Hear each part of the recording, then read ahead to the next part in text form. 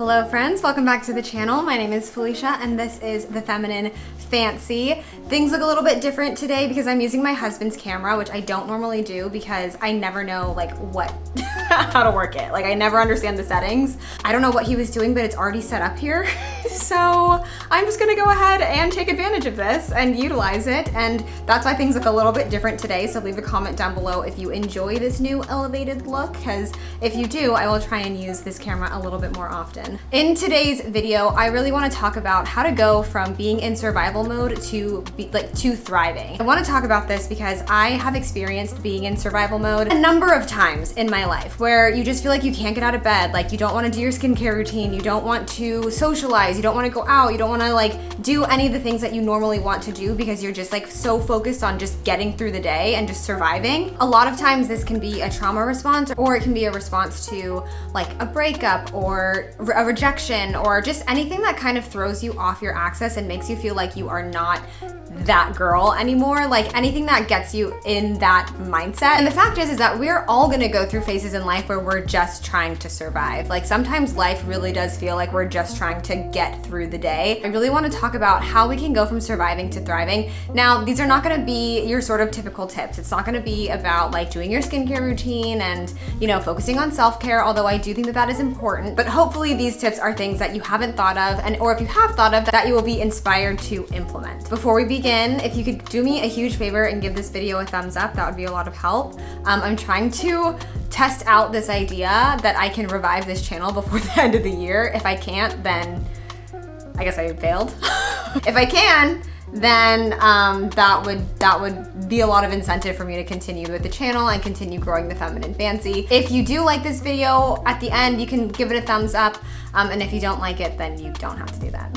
Also, if you are not subscribed, or if you used to be subscribed and you no longer are, you can also consider hitting the red subscribe button and joining our online community for more topics like this. So let's talk about how to exit survival mode and get into thriving mode. I keep wanting to say thrival mode, but I know that's not a word. The first tip I have for you is to utilize spontaneity. I heard Shan Boodram recently on a podcast say that she had a little snippet, a quote, and it was, monogamy is normal, monotony is not. And I absolutely loved that because I feel like it really encapsulates how I feel about life as well. I don't want to live a monotonous life. I don't, and I mean, you guys clearly can tell that the minute I start to feel like things are getting a little bit too stale or a little bit too humdrum or predictable, I like to switch things up. Obviously that's not for everyone, but I do think that there's something to be said for being a little bit spontaneous in your life, okay? It doesn't have to be anything crazy. You don't have to go out and buy super expensive shoes or a super expensive new purse or anything like that, or travel to the Maldives. All of those things are nice. You don't have to do any of that. What I'm talking about in terms of spontaneity is just switching small things up. Let's say that your typical evening routine after you get off of work is that you come home, you put on your pajamas and you eat some food, maybe you order DoorDash or something and you watch a movie, you watch Love is Blind, whatever. That's your normal, that is your baseline. A spontaneous option, or a more spontaneous option, would be to say, I'm not gonna do that. I'm gonna go to the movies tonight by myself. I'm gonna go to the movies and I'm gonna take myself out to dinner. Just little opportunities, little things that you can say yes to. I have an older video about saying yes to more things, and I think it's still applicable here. I don't think that we mean to, but a lot of times we can become very insular in our society. And while that is necessary sometimes, I do think that it's okay to say yes every once in a while. Say yes to that friend who's inviting you to something that maybe you don't really know if you want to go to, but you're gonna go anyway. Or let's say your boyfriend or your husband randomly one day decides that he wants to take you somewhere, and maybe you already had plans to clean the house, or maybe you already had plans to do something else, but a spontaneous response would be yeah, okay, instead of doing the laundry today, which obviously would be the responsible thing to do, we're gonna go on this hike, or we're gonna go have a fun day together and just be a little bit spontaneous. I think spontaneity is not talked about enough. And I think it's not utilized enough in terms of feeling like we're actually living a joyful life and a life worth living. I think when you sprinkle in things that are unexpected and you have that spontaneous aspect to your life, you're a lot more likely to enjoy your day-to-day existence as opposed to just going going through the motions and being in a very monotonous sort of routine. So ask yourself, like, where can I inject spontaneity in my life in a safe and effective way? And you'll have more fun. I do think you will have more fun. My next tip for leaving survival mode and thriving is to feel your feelings and work through them. In my last video, we discussed the idea of feeling your feelings, not being afraid of them, not being afraid of the rejection, not being afraid of things that don't work out, but being okay after the fact. And I think that that's really important here too, because I don't think you can really thrive in life if you are pushing things under the surface, if you are denying your desires, if you are denying the things that you want. In order to get out of survival mode and to get into thriving, it's really important to start to feel your feelings when they come up, to interrogate them, to journal about them, to really go there with yourself. Because once you work through that, I do think you'll be able to enjoy life a lot more. Like, once you work through some of the things and the traumas and the hurts and the heartbreaks and the things that you might be experiencing, I do think that your life will be more fun and more enjoyable, because you'll be able to just enjoy it and not have these things that you've piled underneath the surface or that you've swept under the rug waiting to pop out at any given time. So when your emotions come up, how are you going to work through them? How are you going to feel them? What does it mean for you to feel your feelings? It means something different for everyone, but what does it mean for you? And if you need to go through this with a professional, with a therapist or a counselor, or even a friend or a parent or a guide, just someone who you trust and who can help you sort of like sort through these things. Feel your feelings. I think that feeling your feelings will help you get out of survival mode. Okay, the next way to get out of survival mode and start thriving is to know where your dopamine is coming from on a daily basis. Where is your dopamine hit going to come from? What makes you excited every single day? For some people, it could be the job that they do. Like, they get a dopamine hit from going to work. I understand that. Working in a flower shop for the last year and a half, like, it is a huge dopamine hit to walk in that shop, smell all the beautiful flowers, and get to work with my hands all day. But in case your workplace is not your place of joy or your place for dopamine,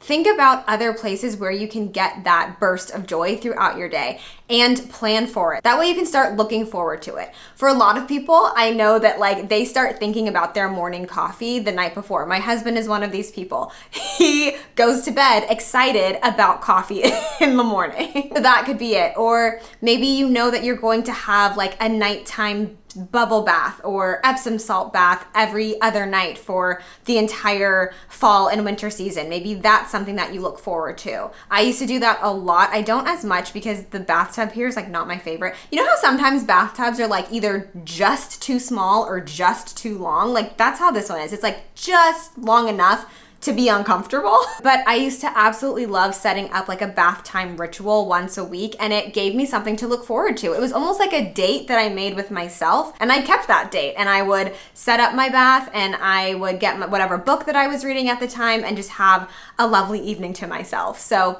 think about where your dopamine is going to come from and then actively plan for it, prepare for it, and that way you can start getting excited about it throughout the week or at the beginning of your day or the night before. This one might be hard for some of us because I do know that many of us are homebodies. And also, I think that in a post-pandemic world, like, going out has felt different. It's felt a little bit scarier. I always compare like going out now to pre-pandemic, and it is different. Like, it just feels a little bit different. I know that when I was going out pre-pandemic, going out with friends and stuff, or going out to bars or going out to restaurants, like, I just feel like it didn't feel as charged. I don't know. Comment down below if you know what I'm trying to say.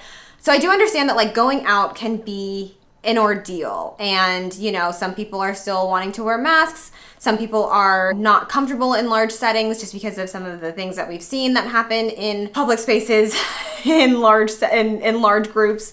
So I get it. It can be scary. I do think though that in order to start thriving in life, we have to go outside. Like, just not even go out, like go partying or clubbing, like just go outside, be out, go out, go out with your friends, go out with your partner, like do things more often, go to events, go to concerts, like do things that are going to like fill your life with exciting moments and memories. I think that that's something that's really, really important when we want to start thriving thriving in life. We cannot thrive from inside the four walls of our home.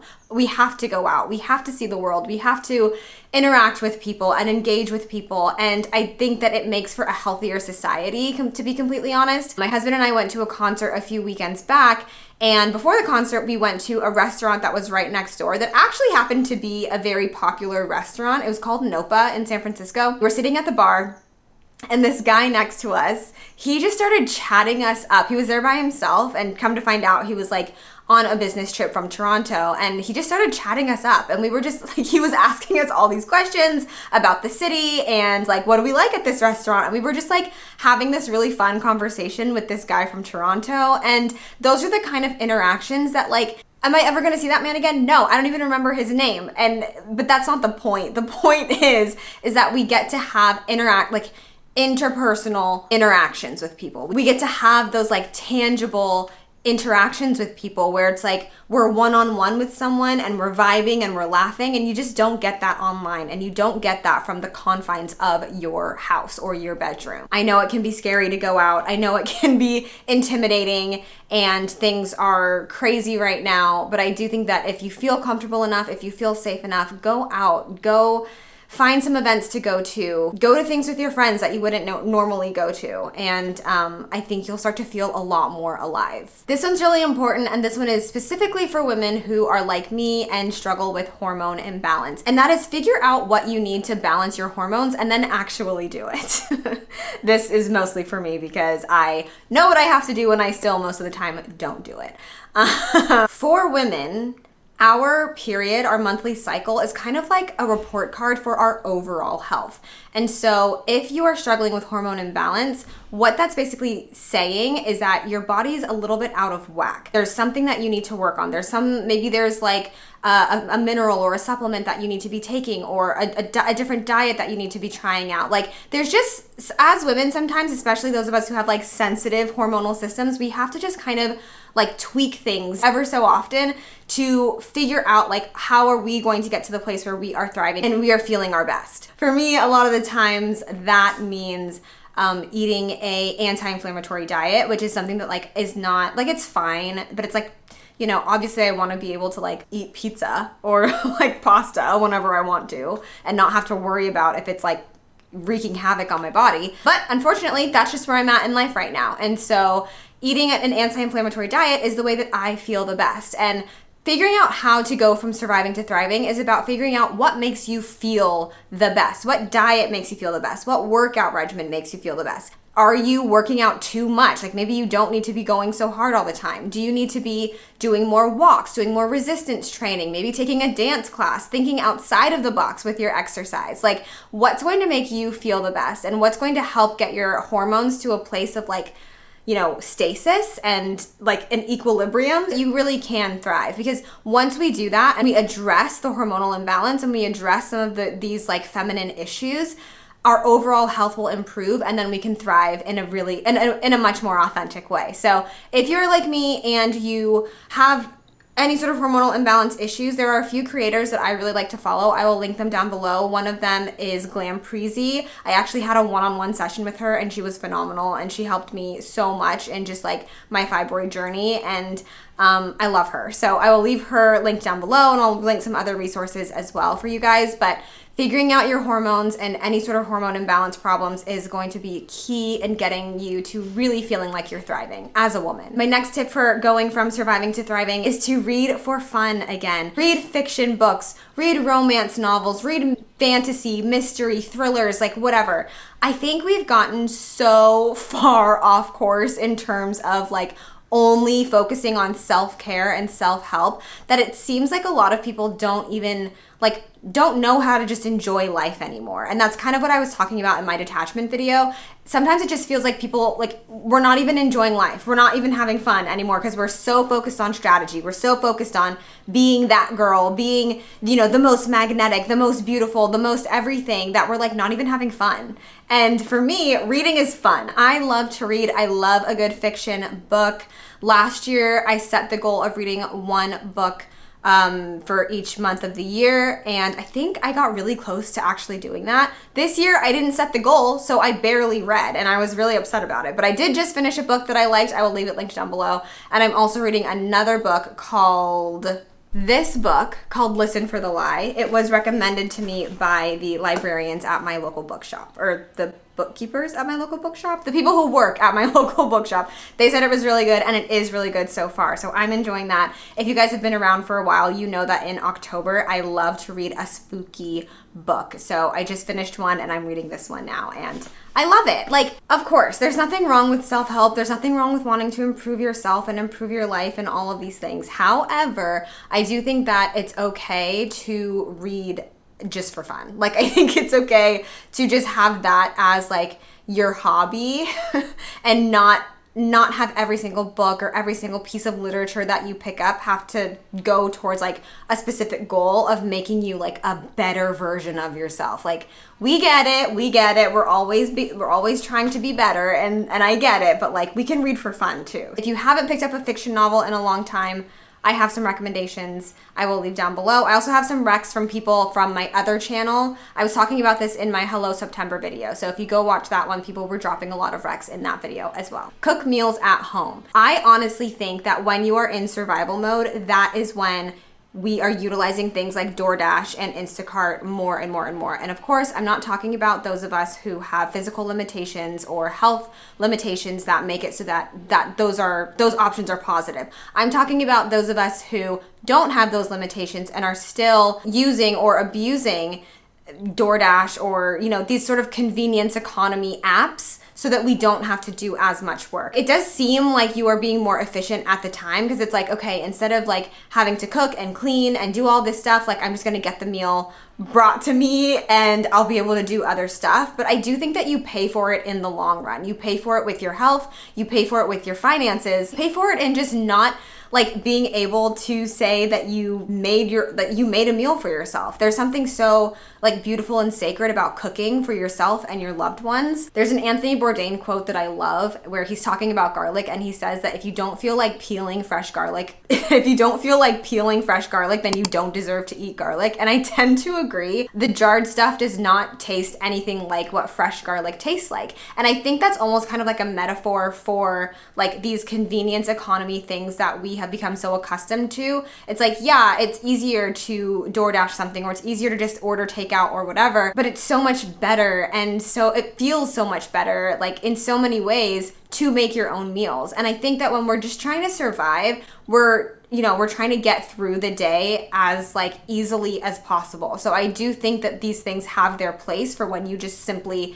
can't cook your own food, or you are not mentally in the space to do any of it. I have been there. But when you get out of that mental space, I do think that like cooking your own meals is so, so beneficial. You know what the ingredients are, you know that you washed your hands, you know that you like cleaned and prepped the food the way that you clean and prep your food. Like, there's so many benefits to cooking your own food, and it's just such a sacred and beautiful act that you can do for yourself and for your friends and family. So I think a big like key element of getting out of survival mode is leaving those sorts of convenience apps behind and taking the extra time to meal prep your food, taking the extra time to cook dinner for yourself whenever you can. And finally, my last tip for you guys is to budget. And I don't just mean budget your finances, though I do mean that, but I also mean budget your time. Budget, like figure out what your priorities are. Like, where do you want to spend your energy? Budget your energy. Like, where do you want to spend your time, your energy, and your money? And a good way to do this is just to kind of list out what are your priorities in life. Like, I think that when we don't have an idea of what our priorities are, then our budgets tend to go all over the place, and we're spending time and energy in places that don't even really make sense because we're not focusing in on what the priority is. Figure out your budget, figure out your energy budget. What do you have energy for on any given day? You know, do you have energy to cook the entire meal? Do you have energy to read a chapter of your book? Like, where are you budgeting your energy, and what is the priority for you? And then of course, budgeting your finances finances as well. I think when we're surviving, a lot of times the mentality can be, I just have to work, hustle, hustle, hustle, and I'll make as much money as possible. But a lot of times what happens is that you make all that money, and if you don't have a budget, if you don't know where it's going, it just disappears. Like truly, it just disappears. Something that I'm really proud that I accomplished this year was that I paid off my car, and I was really excited about that because it was at the top of my priority list, and I was able to successfully accomplish that. But had I not known that was a goal that I had, I don't know that I would have cared as much to be like doubling up on payments and like making sure that like I was bringing the payment down. Like I don't know if I would have cared as much if I didn't have it as a priority. So what are your priorities in life? Where do you want to spend your time? Where do you want to spend your money and your energy and all of these things? Like try and figure out what your budget is, and that will definitely help you to go from survival mode into thriving. And I think that if you do these things, you will definitely start to feel a difference in your daily life. Of course, I have other videos about daily habits that made my life better and things like that, and you can find them all over the internet. But I'm hopeful that these tips are a little bit different, a little bit off the beaten path, and that you take some time to think about them and think about ways that you can implement them in your life. All right, friends, that is it for this video. Thank you so much for watching. I do want to say that I got a comment on my last video about how my last topic was not one that people voted on, and I know that. I'm aware. Sometimes I will put up some things on my community tab just to kind of gain insight into where your guys' heads are at, like what kind of content you're wanting. Not necessarily because that's exactly the video that I'm going to make, but because I want to know like where you're at. And so yes, I had some topics that I had you guys vote on, but I'm not, I don't know exactly when each video will go out. So I just wanted to make that note because I thought it was funny that someone was like, these are not what we voted on. And I was like, well, no, but that's okay. It'll come eventually. Thank you guys so much for watching this video. I really hope you enjoyed it. What are some ways that you found in your life that you've been able to go from survival to thriving mode? I know that a lot of women in the comments could benefit, so leave a comment and let us know. Please consider liking this video, sharing this video, and subscribing to the channel. You can also subscribe to my second channel, Marigold Manor, which is my lifestyle channel where I do more like active things like cooking, baking, gardening, things like that, my Martha Stewart vibe. So you can subscribe to that channel. You can also find me on Patreon with podcasts and various other behind the scenes, other videos and things like that. So, oh, and on Instagram at _thefemininefancy_. So thank you guys so much for watching. I will see you in my next video. Bye.